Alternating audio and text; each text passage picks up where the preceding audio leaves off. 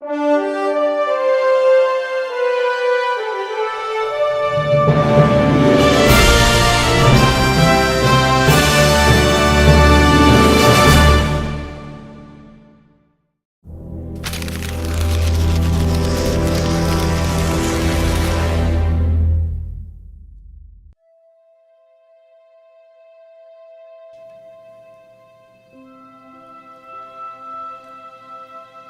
is honor? Honor is a promise made. Honor is a promise kept.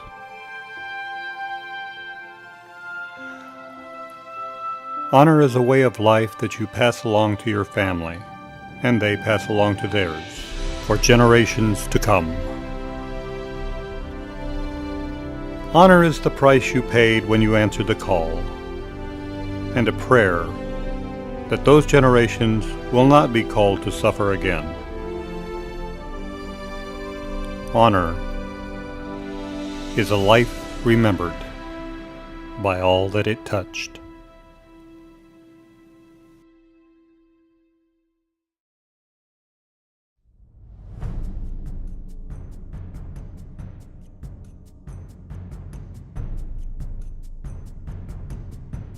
Well, to send off the vets, nothing better than those who fought for our country earlier. I went in when I was 15.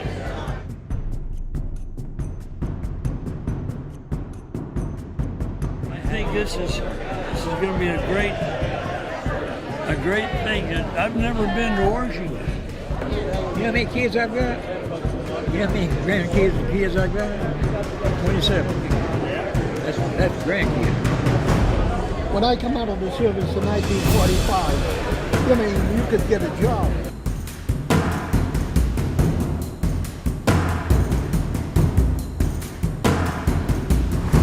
I was the only Army man there. I was an advisor to the Air Vice Marshal.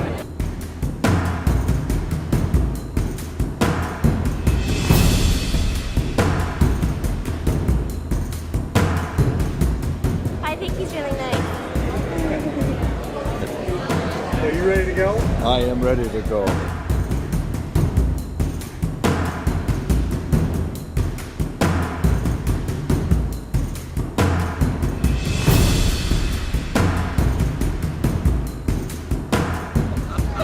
I'm gonna do it. I told John last week. John told me I'm gonna do it.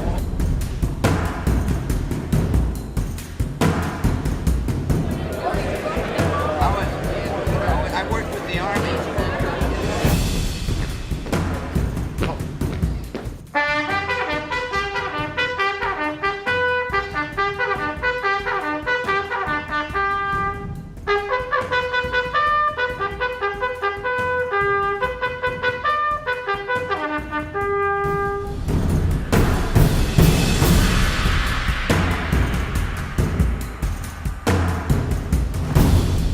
Every time you come to an event like this, the stories that you hear are absolutely incredible. Now you guys know, I am a product of a World War II vet. My dad was the Air Force Chief Master Sergeant, and he served from 1942 to 1974. I heard stories this morning, and I know a lot of you guys have as well. And I'm talking about my guys that were able to have conversations with each and every one of the veterans that are before us, ranging from Battle of the Bulge, ranging from, let's see, a POW in Germany, ranging from driving a prototype Jeep with George S. Patton on board. I mean, you name it. It is the History Channel right here in this room. Washington, D.C. would like to have you take us back to hang on the wall proudly to show that your great support for this organization.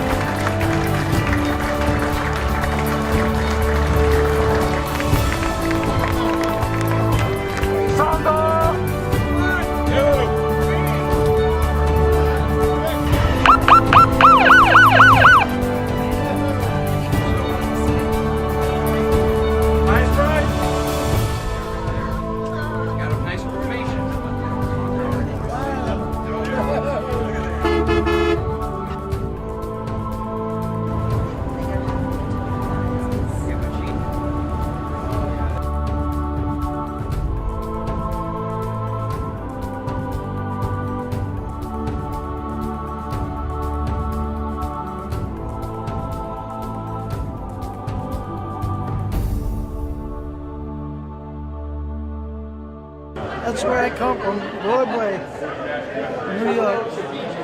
I was a nose gunner in what they call the Toggleer on a B-17 type airplane. 554th Bomb Squadron, Marauder, B-26.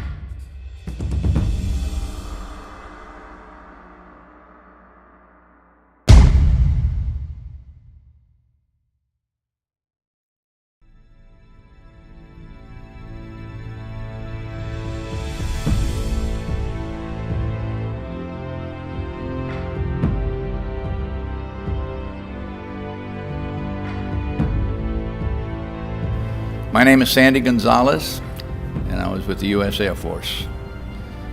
I started out in 1943 as an aviation cadet and graduated in 1944 as a pilot. And from there, went through B-17 school, became a pilot there, and gathered up a crew, and we went on over to England. I was with the 8th Air Force. The youngest fellow was my navigator. He was 19. We were the pilot, co-pilot, navigator, and bombardier were all 19 years old. The oldest one was the armament man. He was in the back end, and he was 27 years old. We called him Pop.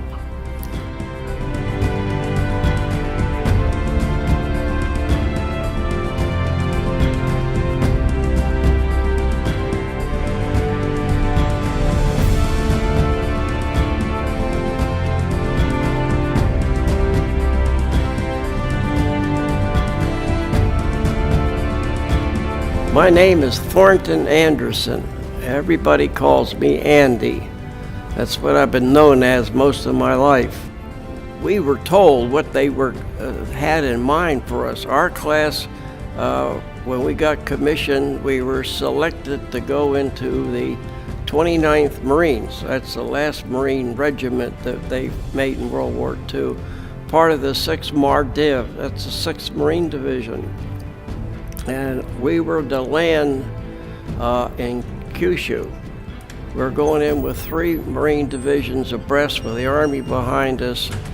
And the only reason I'm here today is that they dropped the bomb, because it was going to be Okinawa, Iwo Jima all over again.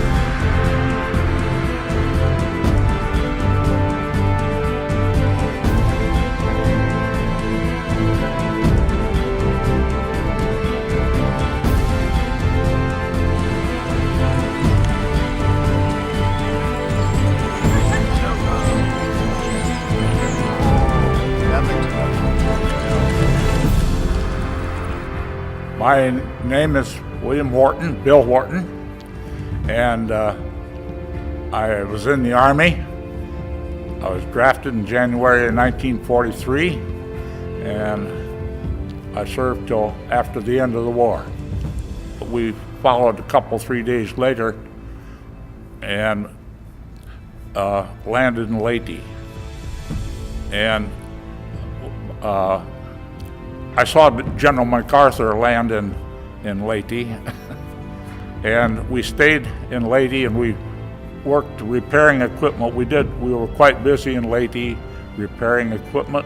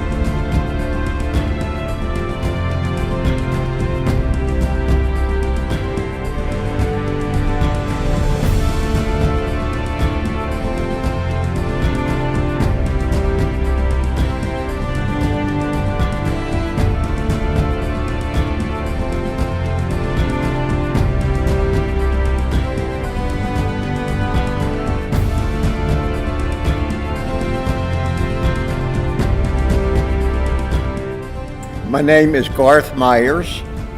I was born in Baltimore, and I spent my first 37 years of my life there. So the first day we were there, they said, okay, Ben, fall out. We went over to a place called the Riding Academy.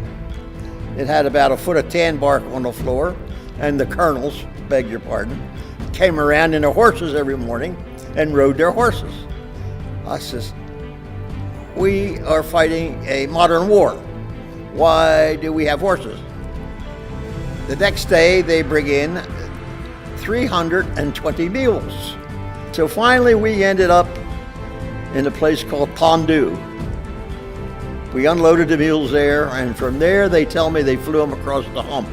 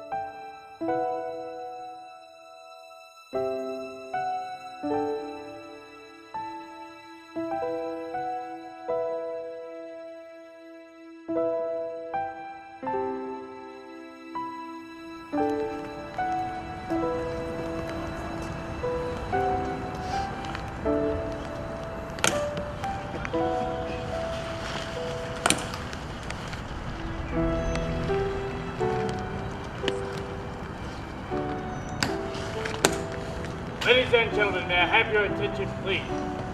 I am Staff Sergeant Rastalino of the 3rd Infantry Regiment, United States Army, Commander of the Relief, Tony, the Unknown Soldier. The ceremony that you are about to witness is the changing of the guard. In keeping with the dignity of this ceremony, it is requested that everyone remain silent and standing. Thank you.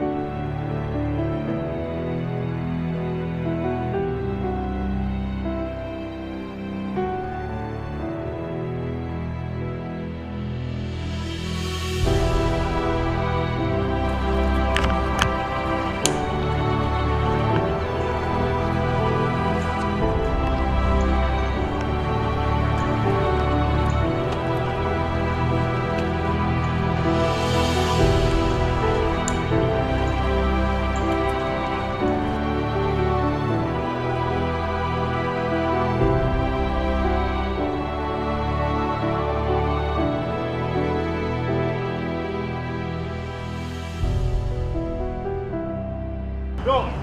Ready? Ready.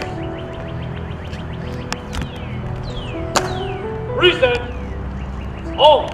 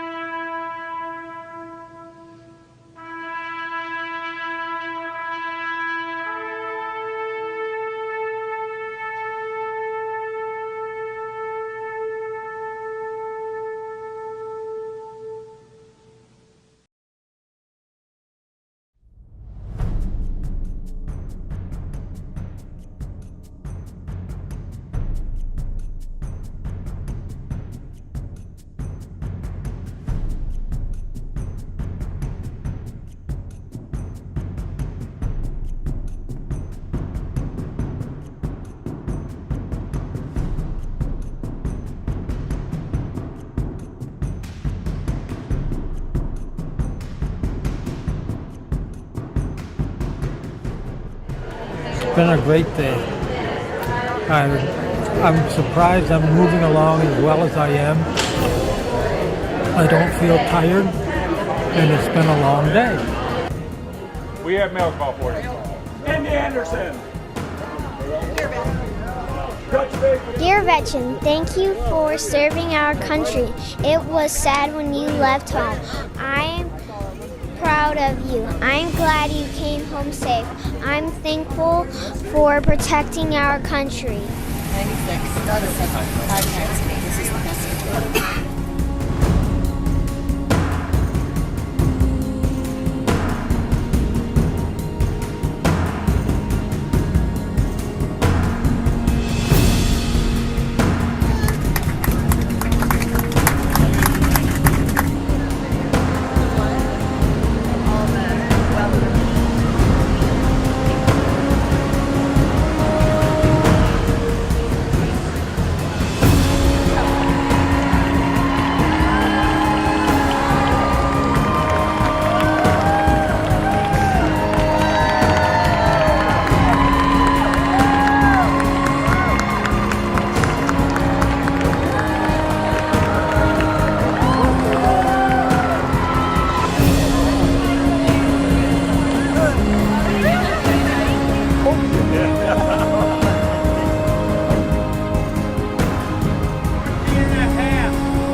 It's actually 15 and a half, but that's okay.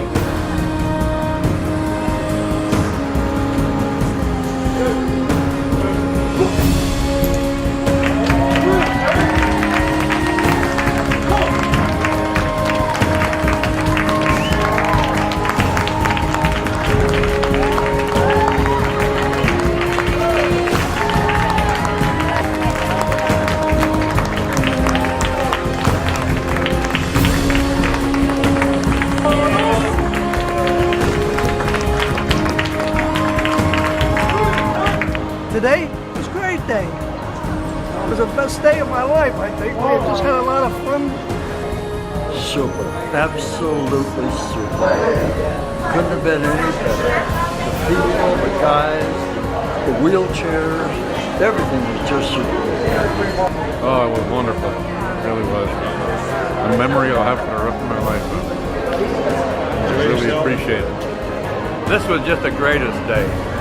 And just everybody, the whole team was great, and you know, the organization is just amazing, and we had one of the best days of my life, and especially so with all of the folks that honored us by being in the reception areas and the lines that they put together for us, and you know, it's just hard to describe the feeling when you see these young folks that are appreciative of what we have done, and then we are so much of what they are doing.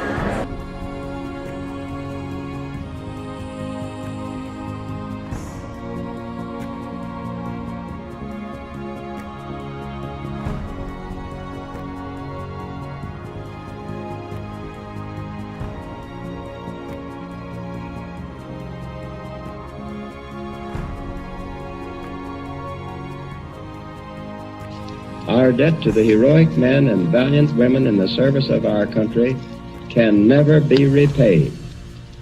They have earned our undying gratitude. America will never forget their sacrifices.